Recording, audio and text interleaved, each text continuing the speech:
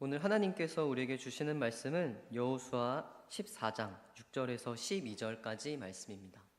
여호수아 14장 6절에서 12절까지 말씀입니다. 오늘 하나님께서 주신 말씀을 교독하도록 하겠습니다. 제가 먼저 읽겠습니다. 그때에 유다 자손이 길갈에 있는 여호수아에게 나아오고 그니스 사람 여분네의 아들 갈렙이 여호수아에게 말하되 여호와께서 가데스 바네아에서 나와 당신에게 대하여 하나님의 사람 모세에게 이르신 일을 당신이 아시는 바라. 내 나이 40세에 여호와의 종 모세가 가데스 바네아에서 나를 보내어 이 땅을 정탐하게 하였으므로 내가 성실한 마음으로 그에게 보고하였고 나와 함께 올라갔던 내 형제들은 백성의 간담을 높게 하였으나 나는 내 하나님 여호와께 충성하였으므로 모세가 맹세하여 이르되 내가 내 하나님 여호와께 충성하였은즉 내 발로 밟는 땅은 영원히 너와 내 자손의 기업이 되리라 하였나이다. 이제 보소서, 여호와께서 이 말씀을 모세에게 이르신 때로부터 이스라엘이 광야에서 방황한 이 45년 동안을 여호와께서 말씀하신 대로 나를 생존하게 하셨나이다. 오늘 내가 85세로되 모세가 나를 보내던 날과 같이 오늘도 내가 여전히 강건하니 내 힘이 그때나 지금이나 같아서 싸움이나 출입에 감당할 수 있으니. 함께 읽겠습니다. 그날에 여호와께서 말씀하신 이 산지를 지금 내게 주소서. 당신도 그날에 들으셨거니와 그곳에는 아낙 사람이 있고 그 성읍들은 크고 견고할지라도 여호와께서 나와 함께 하시면 내가 여호와께서 말씀하신 대로 그들을 쫓아내리이다 하니. 아멘. 할렐루야. 주일 5일에 나오신 모든 성도님들을 주님의 이름으로 축복합니다. 옆에 계신 분들과 이렇게 인사했으면 좋겠습니다. 잘 오셨습니다. 잘 오셨습니다. 잘 오셨습니다. 우리 대길의 모든 성도님들은 약속을 잘 지키시는 성도님들이실 것 같은데요. 약속을 많이 하시죠. 나와의 약속도 하시고, 또 가족과의 약속도 하시고, 또 부부간의 약속도 하시고, 친구간의, 이웃간의 여러 약속들을 하실 텐데 약속을 잘 지키시나요? 저도 약속을 참 잘 지키려고 노력을 하지만 제가 약속을 어길 때도 있고 저와 약속한 사람이 약속을 어길 때도 있습니다. 저는 약속을 어긴다고 하면은 그래도 사랑하는 마음으로 품어주고 싶지만 제가 약속을 어길 때는 참 마음이 미안하고 또 보기가 어렵고 참 그럴 때가 많은 것 같습니다. 우리는 이렇게 약속을 지키기가 참 어렵습니다. 작은 약속이든 큰 약속이든, 그리고 나에게 하는 약속들, 연초에 많이 자신들에게 약속들을 하셨을 것 같은데 그 약속들을 잘 지키고 계신지요? 그래서 제가 지키는 약속들은 참 어렵지만 오늘 말씀에서 하나님께서 주시는 것은 내가 지키는, 하나님께서 지키는 약속은 신실하게 내가 지킬 것이다 라는 말씀입니다. 이게 오늘 설교 전부입니다. 그래서 오늘 갈렙이라는 인물을 중심으로 신실하게 약속을 이루신 하나님에 대해서 한번 소개하고자 합니다. 하나님께서는 모세를 부르시고 이스라엘 백성을 애굽에서 이끌어내어 젖과 꿀이 흐르는 땅으로 인도하시겠다고 약속하셨습니다. 그리고 하나님께서는 약속하신 대로 애굽에서 430년이라는 시간 동안 종살이를 하던 이스라엘 백성들을 약속대로 구원하셨습니다. 그래서 이 광야를 거쳐서 시내산을 출발한 이스라엘 백성은 가데스 바네아라는 곳까지 오게 되었는데 이 상황은 애굽을 떠난 후 1년 남짓 지났을 때 약속하신 젖과 꿀이 흐르는 땅을 눈앞에서 보고 있는 상황이었던 것입니다. 하지만 이스라엘 백성들에게 문제가 있었다면 그 땅에는 수백 년 동안 뿌리를 내리고 성을 쌓고 살던 거주민들이 존재하던 것이었습니다. 그래서 하나님께서는 약속의 땅을 눈앞에 둔 이스라엘 백성들에게 가나안 정탐을 나갈 정탐꾼들을 보내서 그 땅을 조사할 것을 말씀하십니다. 그래서 모세는 각 지파마다 한 사람씩 뽑아서 총 12명의 정탐꾼을 선정하는데 이때 처음으로 갈렙이 성경에서 등장하게 됩니다. 갈렙은 유다 지파의 족장으로서 등장하게 되는데 갈렙을 포함한 이 12명의 정탐꾼들이 가나안 땅에 보냄을 받고 이 가나안 땅에서 무려 40일 동안 정탐하면서 그 땅 거민들이 강한지 약한지 또 사는 땅이 좋은지 나쁜지, 그리고 이 가나안 땅에 대체 어떤 열매들이 나고 이 땅을 정복할 수 있을까 없을까 여러 정보들을 이제 40일 동안 열심히 모아서 이제 이스라엘 백성들에게 다시 돌아왔습니다. 이 12명의 정탐꾼들이 40일 동안 정탐을 하고 돌아왔는데 애석하게도 두 진영으로 갈라지게 됩니다. 이 12명 중에 10명은 그 땅에 적과 꿀이 흐릅니다. 하지만 그 땅 거주민은 강하고 성읍은 견고하기 때문에 자신들은 그 땅에 사는 주민들에 비해서 메뚜기와 같다고 보고합니다. 이 10명이 보고하는 내용들은 아낙 자손과 싸워야 하는, 그러니까 그 가나안 땅에 살고 있는 자손과 싸워야 하는 이스라엘 백성들의 간담을 녹일 수밖에 없었습니다. 하지만 이 10명과 다르게 나머지 2명은 그 땅 거주민들은 강하고 성읍도 견고합니다. 하지만 이 가나안 땅은, 약속의 땅은 하나님께서 우리에게 약속하신 땅임을 상기시키면서 그 땅에 올라가면 우리가 능히 이길 수 있을 것이다, 우리가 이 땅을 능히 취할 수 있을 것이다 라고 얘기합니다. 하지만 이스라엘 백성들은 땅의 거주민들이 자신들보다 강하다는 사실에 밤새도록 통곡하며 하나님을 원망하기 시작합니다. 심지어 지휘관을 새로 세워서 애굽으로 돌아가자고 얘기합니다. 그리고 애굽으로 돌아갈 것을 요구하는 이스라엘 백성들을 막는 여호수아와 갈렙을 돌로 쳐 죽이려고까지 합니다. 그래서 하나님께서는 자신을 원망하는 그 백성들을 벌하시기로 결정하셨고, 여호수아와 갈렙을 제외한 출애굽을 경험한 첫 세대는 결코 약속의 땅에, 가나안 땅에 들어가지 못할 것이라고 말씀하셨습니다. 그래서 가데스바네아, 약속의 땅 앞까지 도달했던 이 이스라엘 백성들이 하나님의 징벌 가운데 다시 광야로 보내집니다. 그리고 무려 40년간 광야에서 방황하게 됩니다. 그렇게 시간이 지나고 첫 번째 세대는 여호수아와 갈렙을 제외하고 모두 광야에서 죽음을 맞이하게 됩니다. 하나님께서는 가나안 들어가기 직전에 시간이 지나 두 번째 세대와 다시금 언약을 맺으시며 여호와의 백성됨을 선포하시고 그들의 조상에게 약속하실 땅을 주실 것을 다시 한 번 더 선포합니다. 왜냐하면 첫 번째 세대가 하나님의 말씀을 믿지 못하고 불순종했기 때문에 이 두 번째 세대만큼은 하나님께서 약속하신 바를 신실하게 의지했으면 하는 마음으로 다시 한 번 더 그들에게 언약을 맺으시는 것입니다. 이후 모세는 모압 땅에서 죽게 됩니다. 가나안 땅에 들어가기 전에, 하나님께서 약속하신 그 땅에 들어가기 전에 모세는 죽게 되고, 후계자인 여호수아를 통해서 여리고성, 아이성을 비롯해 가나안 땅에 있는 주요 성읍들을 차근히 정복하기 시작했습니다. 이스라엘은 여러 정복 전쟁을 통해서 가나안 땅에 살만한 땅을 많이 확보했지만 아직도 정복해야 될 땅이 많이 남아 있었습니다. 하지만 문제는 이스라엘 백성들에게 장군과 같았던 이 여호수아가 나이가 많아 늙었다는 것입니다. 이 하나님께서는 여호수아에게 이 남은 땅을 이제는 지파별로 분배해서 남은 땅들을 지파별로 정복할 것을 명령하십니다. 이런 배경 가운데 오늘 읽은 본문은 가나안 땅에서 새로운 통치가 시작되는 현장을 보여줍니다. 대대적인 정복 전쟁은 어느 정도 그쳐졌고 영원히 거주할 땅을 분배되는 과정을 다루고 있는 장면입니다. 이 이스라엘 백성들은 자신들이 들어가야 될 땅을 지파별로 제비뽑기를 통해 땅을 분배하게 되었는데요. 이 제비로 땅을 분배하는 이유는 약속의 땅에 들어갈 수 있었던 이유가 이스라엘 백성 자신에게 있었던 것이 아니라 하나님에게 있었기 때문입니다. 그래서 이제 여호수아를 필두로 많은 지파들이 자신들이 들어가야 될 땅을 분배받고 있었는데, 이러한 상황에서 유다 지파가 앞으로 나오더니 갈렙이 여호수아 앞에 딱 나와서 이렇게 얘기합니다. 내 나이가 이제 85세입니다. 하지만 저에게는 힘이 있습니다. 그리고 이렇게 얘기합니다. 이 산지를 내게 주시옵소서. 이 갈렙이 말한 그 산지, 자신에게 달라고 요구한 이 산지는 헤브론과 같이 오래된 성읍이 있는 곳이었고 동시에 아낙 자손이 거주하던 곳이었습니다. 여기서 한 가지 눈여겨볼 점은 그 산지는 몸집이 큰 거인족 아낙 자손들이 거주하던 곳이라는 점입니다.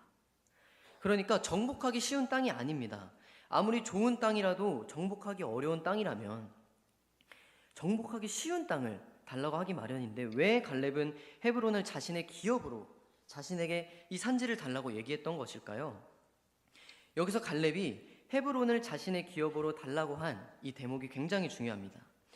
이 자칫하면 오늘 함께 읽은 이 본문을 갈렙의 무언가에 초점을 맞추게 되는데 우리는 하나님께 초점을 맞추기를 소망합니다. 그래서 성경 기자도 갈렙의 본인의 신앙 혹은 이제 초점을 맞추지 않고 하나님에게 초점을 맞추고 있습니다. 오늘 함께 읽은 본문을 보다 자세히 살펴보고자 하는데요. 성경 기자는 갈렙을 그니스 사람 여분네의 아들이라고 소개합니다. 이 내용이 여호수아 14장 6절에 나와 있는데 우리 한 목소리로 읽도록 하겠습니다. 그때에 유다 자손이 길갈에 있는 여호수아에게 나아오고 그니스 사람 여분네의 아들 갈렙이 여호수아에게 말하되 여호와께서 가데스 바네아에서 나와 당신에게 대하여 하나님의 사람 모세에게 이르시니를 당신이 아시는 바라. 아멘. 갈렙을 어떻게 소개하냐면 그니스 사람 여분네의 아들이라고 소개합니다. 그러니까 갈렙은 그니스 족속에 속한 사람이라고 소개하는 것인데, 참고로 이 그니스 족속은 가나안 족속 중 하나인 이방 족속입니다. 이 아브라함과 하나님께서 언약을 맺을 때 넘겨주시겠다고 약속한 족속입니다. 그러니까 갈렙은 유다 지파 족장이지만 가나 문화에 속했던 이방 족속 사람인 것이고, 갈렙은 본래 하나님을 믿던 사람이 아니라는 사실입니다. 이러한 갈렙은 여호수아 앞에 나타나서 자신이 가데스 바네아에서 정탐꾼으로 보내받았을 때를 상기시킵니다. 이 모세가 가데스 바네아에서 자신을 보내어 가나안 땅을 40일여간 정탐하게 하였을 때 자신이 성실한 마음으로 내가 확신하는 바를 모세에게 보고했던 사실을 언급하며 자신이 여호와 하나님께 충성했다고 얘기합니다. 그리고 그때 모세가 자신에게 밟는 땅을 주겠다고 약속한 사실을 함께 언급하는데, 이 내용이 여호수아 14장 9절에 나와 있습니다. 제가 읽어드리겠습니다. 그날에 모세가 맹세하여 이르되 내가 내 하나님 여호와께 충성하였은즉 내 발로 밟는 땅은 영원히 너와 내 자손의 기업이 되리라 하였나이다. 아멘. 이 갈렙은 45년 전 자신이 정탐을 떠난 사건을 기억해 보고 있습니다. 이 사실을 우리가 함께 기억해 보면 12명의 정탐꾼들이 모든 같은 것을 모았을 때 10명의 정탐꾼들은 우리가 이 땅에 들어갈 수 없다, 우리가 이 땅에 들어가서 이 땅을 취할 수가 없다고 얘기했지만, 갈렙은 그들과 다르게 능히 올라가서 그 땅을 취하자고 얘기했습니다. 그리고 갈렙은 45년 전의 모습과 동일하게 지금도 헤브론에 거주하는 거인 같은 아낙 자손들을 보고서도 내가 그 땅에 들어갈 수 있다, 이 산지를 내게 주시옵소서, 내 기업이 되게 하겠나이다 라고 얘기합니다. 이 갈렙이 이처럼 말할 수 있는 이유가 있습니다. 앞서 살펴봤듯이 갈렙의 출신 혹은 갈렙의 열정, 의지와 같은 개인적인 이유 때문이 아닙니다. 이 유대인들에게 갈렙의 출신은, 이 그니스 족속이라는 출신은 하등 자랑할 것이 안 됩니다. 이방인 출신으로서 유대인들에게 자신의 출신을 자랑할 것이 대체 무엇이 있겠습니까? 갈렙이 아낙 자손들이 거주하는, 즉 정복하기 어려운 땅을 들어갈 수 있다고 말할 수 있는 이유는 바로 하나님에게 있습니다. 그 이유가 무엇이냐면 바로 갈렙은 하나님의 신실하심을 믿었기 때문입니다. 정확하게 말하면 언약을 지키시는 신실하신 하나님을 믿었기 때문입니다. 갈렙은 하나님께서 하신 언약을 기억한 사람이었습니다.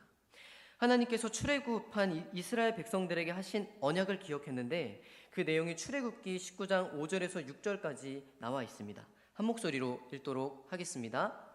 세계가 다 내게 속하였나니 너희가 내 말을 잘 듣고 내 언약을 지키면 너희는 모든 민족 중에서 내 소유가 되겠고 너희가 내게 대하여 제사장 나라가 되며 거룩한 백성이 되리라. 너는 이 말을 이스라엘 자손에게 전할지니라. 아멘. 갈렙은 하나님께서 이스라엘 백성들에게 시내산에서 맺었던 그 언약, 너희가 내게 대하여 제사장 나라가 되고 거룩한 백성이 될 것이다 라고 언약하셨던 그 내용을 기억했습니다. 그리고 하나님께서 출애굽한 이후로 약속의 땅 가나안에 이르기까지 이스라엘 백성들을 위해 하나님께서 행하신 일들을 기억한 사람이었습니다. 하나님께서는 이스라엘 백성들보다 먼저 광야의 길을 가시며 장막 칠 곳을 찾으시고 밤에는 불로 낮에는 구름으로 이스라엘 백성들이 갈 길을 지시하신 일들을 갈렙은 기억하고 있었습니다. 또한 가데스 바네아에서 지은 죄로 인해 다시 40년간 광야 생활을 하게 되었을 때도 이스라엘 백성들의 의복이 헤어지지 아니하고 발이 부르트지 않은 일들을 기억하고 있었습니다. 앞서 갈렙은 하나님께서 하신 이 언약을 기억했다고 말씀드렸는데, 그렇다면 언약은 정확히 무엇을 의미하는 것일까요? 언약을 자세히 다루기 전에 하나님께서 사람에게 주신 첫 번째 약속을 살펴보고자 합니다. 하나님께서는 이 세상에 있는 모든 것들을 직접 창조하셨습니다. 그리고 모든 세상이 하나님의 나라로 창조되었음을 선포하셨습니다.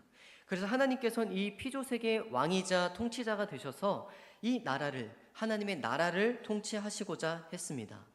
그래서 하나님께서는 자신을 닮은 우리를 창조하셨고, 하나님께서 창조하신 이 세계를 대리자로서, 통치자로서 다스리게 하자고 결정하셨습니다. 하지만 이런 하나님의 계획은 창세기 2장과 3장을 지나면서 하나님이 우리를 지으신 목적이 무너지는 것처럼 보였습니다. 왜냐하면 아담과 하와가 선악과를 먹으며 하나님의 왕되심을 부인하고 인간 자신이 왕이 되고자 했기 때문입니다. 하나님의 형상과 모양대로 지음받아 다스리라는 명령을 수행하지 못할 것처럼 보였습니다. 하지만 우리가 기억해야 할 것은 하나님은 실패하지 않는 분이시라는 것입니다. 타락사건 이후에 아담과 하와는 선악과 열매를 먹고 마땅히 죽었어야 하는 존재들이지만 하나님께서는 그들을 그 자리에서 죽이지 않으셨습니다. 오히려 그들을 구원할 예수님을 예표하는 약속의 말씀을 주시는데, 이는 오실 예수의 후손인 바로 예수 그리스도를 향한 약속의 말씀이었습니다. 이 말씀이 창세기 3장 15절 말씀에 기록되어 있습니다. 제가 읽어드리겠습니다. 내가 너로 여자와 원수가 되게 하고 내 후손도 여자의 후손과 원수가 되게 하리니 여자의 후손은 내 머리를 상하게 할 것이요 너는 그의 발꿈치를 상하게 할 것이니라 하시고. 아멘. 놀랍게도 여자의 후손으로 오실 그 예수님을 믿으면 구원받는다는 소식이 창세기 3장부터 이미 선포되고 있습니다. 하나님께서는 이 약속의 말씀을 시작으로 자신의 구원 역사를 깊이 있게 나타내시는데, 이 하나님께서 신실하게 이루시는 그 구원의 역사가 언약이라는 형태로 드러나게 됩니다. 이 하나님께서는 성경 곳곳에서 여자의 후손인 여러 믿음의 사람들과 함께 언약을 맺으십니다. 이 언약을 맺는 첫 번째 대상이 바로 노아입니다.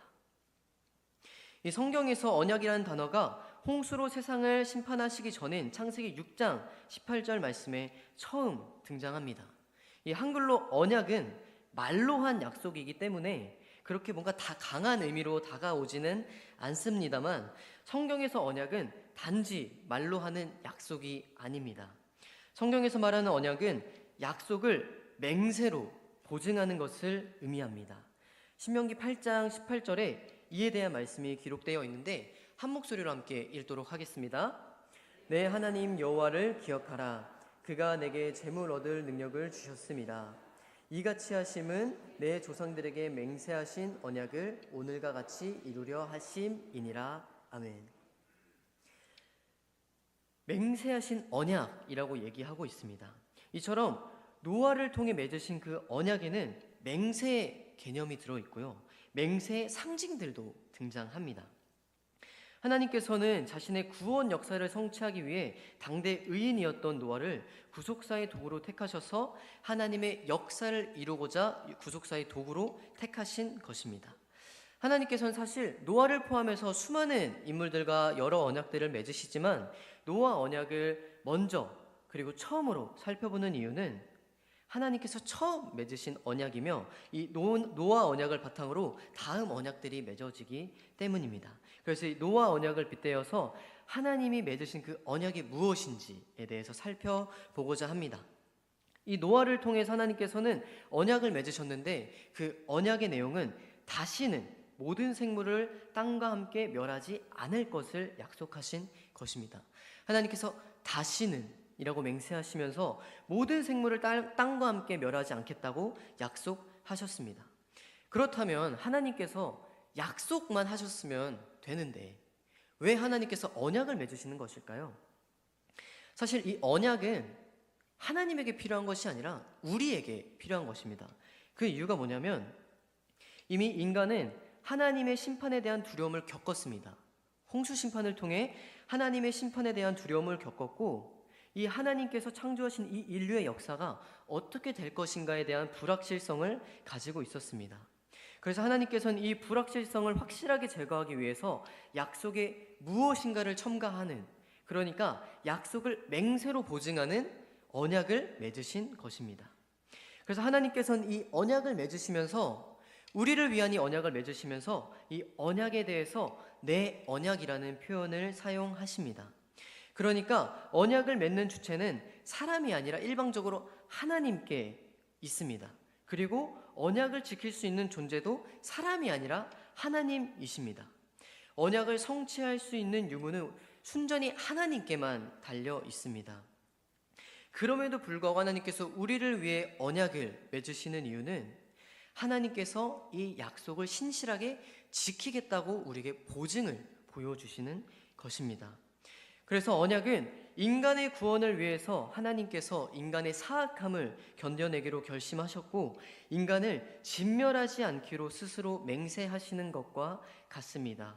따라서 이 언약이란 분노와 심판이 중심이 되는 것이 아니라 하나님의 오래 참으심과 자비를 핵심으로 삼습니다. 이 대목이 굉장히 중요합니다. 하나님께서는 언약을 오래 참으심과 자비를 핵심으로 삼습니다.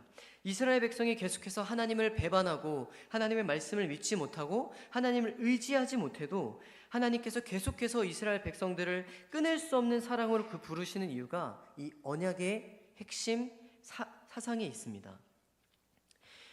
제가 어릴 때는 그 허구한 날 새끼손가락을 걸면서 무슨 약속을 그리 해댔는지 기억은 안 나지만, 그때는 친구들과 약속할 때 손가락 걸고 약속하는 게 최고의 맹세였습니다.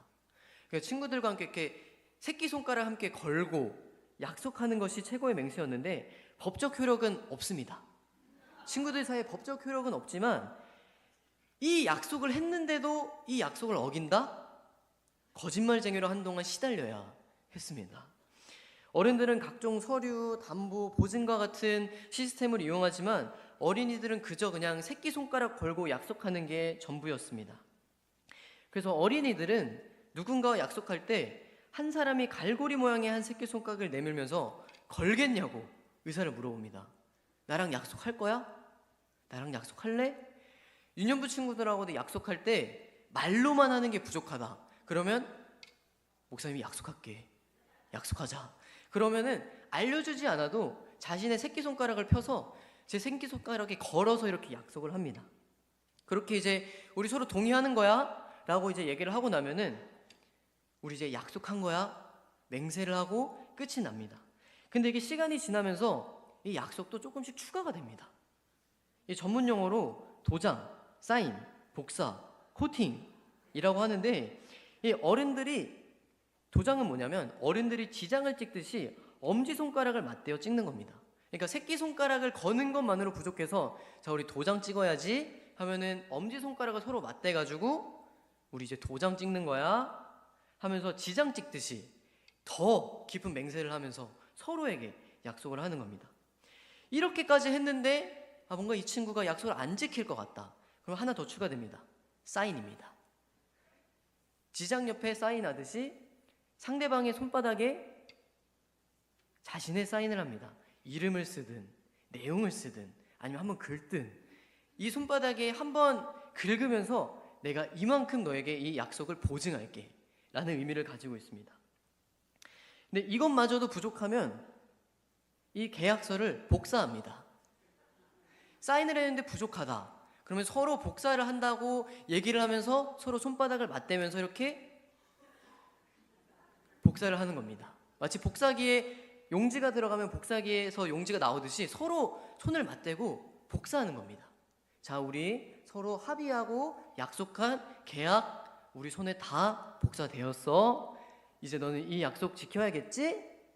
자, 그래도 문제가 있다면 마지막으로 코팅을 합니다. 코팅을 해야 됩니다. 복사 용지가 찢어지지 않을 수 있도록 서로의 손에 복사를 했다면 상대방의 손을 잡아서 내 쪽으로 끌어들입니다. 그러면 이 사인한 내용들, 지장을 찍은 모든 내용들, 약속한 모든 내용들이 코팅이 됩니다. 그러니까 찢어지지도 않고 물에 적셔지지도 않는 완전한 약속이 완성이 되는 것입니다. 그래서 하나님께서 맺으신 언약이 이 어린이들이 맺는 언약하고 같습니다. 하나님께서 분명 말로, 말씀으로 우리를 지키시겠다, 여자의 후손을 보내주시겠다 약속하시지만 사람인지라 하나님이 하신 그 약속을 지키지 못할 거라고 생각을 하고 불안해하고 떠는 우리를 위해서 하나님께서 전문용어로 도장, 사인, 복사, 코팅을 하나님께서 언약이라는 형태로 해주고 계신 것입니다. 이 노아를 제외하고도 하나님께서 언약을 맺은 대상이 있는데 바로 아브라함입니다. 이 아브라함이 어린아이들과 똑같았습니다. 하나님이 주신 그 약속에 대해서 굉장히 시큰둥했습니다. 그래서 하나님께서 아브라함에게 내가 너에게 약속할게. 내가 너에게 땅을 줄게. 자손을 줄게. 기업을 줄게. 약속하셨는데도 이 아브라함이 땅에 대한 약속은 믿어도 나에게 자손을 주신다고? 나는 나이가 있는데 내 부인도 나이가 있는데 나에게 자손을 주신다고?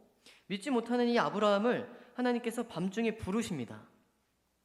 이게 말로 안 되니까 이제 눈으로 시청각 자료를 보여주시면서 이 하늘의 무별들을 보여주시면서 다시 한번 언약을 상기시켜 주십니다. 하나님께서 맺으신 이 우격다짐식 약속을 통해서 아브라함은 그 사실을 믿게 됩니다. 그리고 하나님께서는 아브라함에게 심겨다 주시다시피 한 그 믿음을 의로 여겨 주십니다. 그럼에도 불구하고 아브라함은 그 약속을 확실히 믿지 못했던 것 같습니다. 창세기 15장 8절에 이렇게 나와 있습니다. 그가 이르되 주 여호와여 내가 이 땅을 소유로 받을 것을 무엇으로 알리이까? 이미 하나님께서 묵별과 같이 너의 자손을 많게 하리라 약속하시고 보여주셨는데도 불구하고 그래서 하나님께서 이 땅을 소유로 주실 건데 내가 그럼 무엇으로 압니까? 내가 대체 하나님이 하신 그 약속을 내가 뭐로 알아야 됩니까? 그러니까 어린이 용어로 말하면 우리 도장 찍자, 사인하자, 복사하자, 코팅하자 아브라함이 얘기하고 있는 겁니다. 그래서 하나님은 아브라함과 언약을 맺으시는데 창세기 15장 17절 말씀입니다. 해가 져서 어두울 때 연기 나는 화로가 보이며 타는 횃불이 쪼갠 고기 사이로 지나더라. 아멘. 하나님께서는 믿지 못하는 아브라함에게 재물을 준비하라고 말씀하시고 아브라함이 잠에 든 사이에 아브라함이 준비한 재물에 쪼개진 고기 사이로 타는 횃불이 이렇게 지나갑니다. 이 두 사이에 타는 횃불이 지나가게 되는데 이 장면은 하나님께서 자신을 걸고 약속하시는 겁니다. 언약의 주체는 하나님이시고 객체는 아브라함입니다. 하지만 주체이든 객체이든 이 약속을 지키지 않는 자는 죽게 될 것을 의미하는 장면입니다. 그러니까 하나님께서 이 아브라함과 맺은 이 언약은 생명을 건 약속인 것입니다. 이 언약의 주체이신 하나님께서는 그 언약을 지키실 능력이 있으시겠지만 하지만 사람인 아브라함은 이 약속을 지킬 수 있을까요? 결론부터 말하자면 아브라함 당연히 지키지 못합니다. 그래서 이 언약의 맹세로 하나님께서는 자신의 독생자 예수 그리스도를 준비하십니다. 그러니까 하나님께서는 이 아브라함에게 하신 이 약속은 자신의 독생자를 건 약속이었던 것입니다. 이처럼 하나님께서는 인간에게 언약을 맺으십니다. 주도권도 하나님에게 있고 그 언약을 이룰 수 있는 능력도 하나님에게 있습니다. 그럼에도 불구하고 하나님께서는 자신의 독생자까지 내어주시며 사람들과 언약을 맺어 가십니다. 다시 말씀으로 돌아와서 갈렙이 이 산지를 그러니까 이 헤브론을 자신의 기업으로 달라고 합니다. 헤브론을 자신의 기업으로 달라고 한 이 대목이 굉장히 중요하다고 서두에 말씀드렸었는데요. 하나님께서 아브라함에게 주신 첫 번째 땅이 바로 이 헤브론입니다. 창세기 13장 18절에 이 말씀이 나와 있는데 우리 함께 한 목소리로 읽도록 하겠습니다. 이에 아브라함이 장막을 옮겨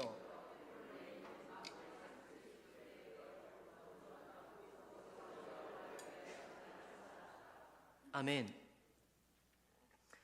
아브라함이 장막을 옮겨서 헤브론에 있는 마무리 상수리 수풀에 이르러 그곳에 여호와께 제단을 쌓습니다. 아브라함을 제외하고도 헤브론은 이삭 또 그의 아내 사레 등 믿음의 조상들에게 계속 강조되는 땅이 바로 헤브론이었습니다. 이 갈렙이 요구하는 땅이 어떤 곳인지 조금 아시겠나요? 이 거대한 아낙 자손들이 거주하는 상황임에도 불구하고 이 산지를 내게 주소서 라고 당당하게 말할 수 있는 이유가 여기에 있습니다. 조건적으로 전쟁으로 뺏을 수 있는 땅도 아니고 갈렙이 본문에서 표현한 대로 산지 지형을 가진 땅이지만 헤브론은 조상부터 하나님께서 언약 가운데 이스라엘 공동체에게 약속하신 땅이기 때문입니다. 그러니까 이 헤브론이라는 땅은 하나님께서 주시기로 믿음의 조상부터 계속해서 약속해온 그 땅이었기 때문에 갈렙에게 이 산지가 높고 낮음은 더 이상 중요한 문제가 아니었습니다. 그래서 갈렙은 이 땅을 달라고 여호수아에게 얘기하면서 이와 같이 말합니다. 여호와께서 나와 함께 하시면 내가 여호와께서 말씀하신 대로 그들을 쫓아낼 것이라고 말합니다. 여호와께서 말씀하신 대로 그들을 쫓아낼 것이라고 얘기하는 것입니다. 그러니까 아브라함에게 약속하신 이 하나님의 언약을 갈렙이 붙들고 있는 것입니다. 보다 정확히 얘기하자면 하나님의 언약이 갈렙을 붙들고 있는 것입니다. 아브라함으로부터 시작된 이 언약이 후손에 이르기까지 실수 없이 붙들고 있는 것입니다. 이 사실이 중요한 이유는 언약의 말씀이 갈렙을 붙들고 있다는 이 사실이 중요한 이유는 우리가 약속을 붙들면 우리의 상태에 따라서 놓칠 수 있기 때문입니다. 하지만 이 하나님의 언약이 우리를 붙들 때 이 언약은 정말 실수 없이 신실하게 이루어지게 됩니다. 갈렙이 85세의 나이에도 신앙이 쇠하지 않았던 가장 중요한 이유는 하나님께서 신실하게 언약을 지키셨기 때문입니다. 갈렙이 언약에 붙들렸기 때문입니다. 갈렙이 헤브론을 달라고 얘기할 수 있었던 이유는 하나님께서 믿음의 조상들을 통해 이뤄내신 언약에 있었습니다. 그래서 오히려 우리가 하나님의 언약의 말씀을, 약속의 말씀을 자기가 붙들고 자기 힘이 빠지면 안 됩니다. 이 신앙의 요소 중에서 의욕은 굉장히 중요합니다. 그것보다도 중요한 것이 하나님의 언약에 붙들리는 것입니다. 이 인간적인 의욕이 앞설 때 신앙에는 독이 됩니다. 의욕 자체가 나쁜 것이 아니지만 그것보다 우선이 되는 것이 있다는 사실을 깨달으셔야 합니다. 갈렙이 하나님의 언약을 가장 핵심 가치로 여기며 하나님의 언약을 붙들었던 것처럼 하나님의 언약이 우리를 붙드는 인생이 되어야 할 것입니다. 이 말씀을 맺으면서 창세기 말씀, 원시복음, 예수 그리스도를 향한 그 약속의 말씀은 언약이라는 형태로 드러나게 되었습니다. 물론 이 구원 역사는 하나님의 은혜와 하나님의 개입하시는 주도권에 달려있지만 노아, 아브라함, 모세, 다윗과 같은 인물들을 자신의 파트너로 선택하셨고 맹세가 담긴 약속, 즉 언약을 맺으셨습니다. 앞서 말씀드린 대로 하나님께서 맺으신 이 언약의 핵심은 오래 참으심과 자비에 있음을 기억하시기 바랍니다. 인간의 생각하는 바가 어려서부터 악해도 다시는 홍수로 세상을 심판하지 않겠다고 하시며 언약을 맺으시는 자신의 독생자를 우리를 위해 보내주시는 하나님을 기억하시기 바랍니다. 이 언약의 말씀은 이사야 선지자에게도 전해져서 이사야 선지자가 이와 같이 얘기합니다. 바벨론 포로라는 재앙 가운데서도 하나님께서 끝내 긍휼히 여기실 것을 선포할 수 있었던 이유가 하나님께서 일방적으로 맺으신 언약 때문이었습니다. 이스라엘 백성들에게 이 바벨론 포로는 정말 큰 수치였고 너무나도 큰 재앙처럼 보였지만 이 이스라엘 백성들에게 이 바벨론 포로로 끌려가는 일이 아무리 큰 재앙처럼 보여도 우리가 다시 일어설 수 있는 것은 하나님이 우리 가운데 언약을 맺으셨다는 사실에 있습니다. 때로는 이 하나님의 약속이 도무지 이루어지지 않을 것처럼 느껴질 때도 있고 오히려 현실은 하나님의 약속과 더 멀어지는 것처럼 느껴질 때도 있습니다. 하지만 갈렙이 하나님의 언약에 붙들려서 헤브론 산지를 달라고 얘기했던 것처럼 하나님께서는 신실하신 분이라는 사실을 꼭 기억하시기 바랍니다. 하나님은 상황이나 환경과 상관없이 약속을 지키시는 분이십니다. 내 눈에 보이지 않을지 모르지만 하나님께서는 오늘도 신실하게 약속을 이뤄가고 계십니다. 갈렙은 하나님께서 주신 약속을 기억했고 눈에 보이는 현실보다 보이지 않는 하나님의 약속을 의지했습니다. 여호수아에게 이 산지를 달라던 이 갈렙의 고백이 우리 대길의 모든 성도님들의 고백이 되기를 소망합니다. 현실의 어려움 속에서 계속 불안해하는 이스라엘 백성들에게 하나님께서 기억하라, 담대하라고 말씀하신 것처럼 언약을 맺으시며 이 언약을 신실하게 이뤄가시는 하나님을 기억하며 담대하게 살아내시는 우리 대길의 모든 성도님들 되시기를 소망합니다. 지금 이 시간 함께 이 말씀을 기억하며 기도하도록 하겠습니다. 하나님 아버지, 오늘 말씀을 통해서 신실하신 하나님을 다시금 알게 하시니 감사합니다. 어떤 상황에서도 우리가 신실하신 하나님을 믿고 또 성경을 통해 하나님이 우리에게 주신 약속을 붙들고 살아가길 소망합니다. 그렇게 신실하신 하나님을 믿고 살아갈 때 우리도 갈렙처럼 담대하게 믿음으로 승리하는 인생이 될 줄 믿습니다. 하나님 아버지, 이 세상이 점점 더 악해져 가는 것만 같지만 하나님, 우리가 이 세상을 담대하게 살아갈 수 있는 이유는 하나님께서 우리를 향해 맺으신 그 언약 때문임을 기억하게 하여 주시옵소서. 오늘 이 예배 가운데 들은 이 말씀을 기억하고 삶에서 실천하며 이 말씀을 가지고 기도하는 우리의 기도를 하나님 기뻐 받아 주시옵소서. 하나님, 또 한 주간의 삶을 하나님께 올려드립니다. 하나님의 말씀을 기억하고 의지하는 대결의 모든 성도님이 될 수 있도록 주님 도와주시옵소서. 감사드리며 예수님의 이름으로 기도합니다. 아멘.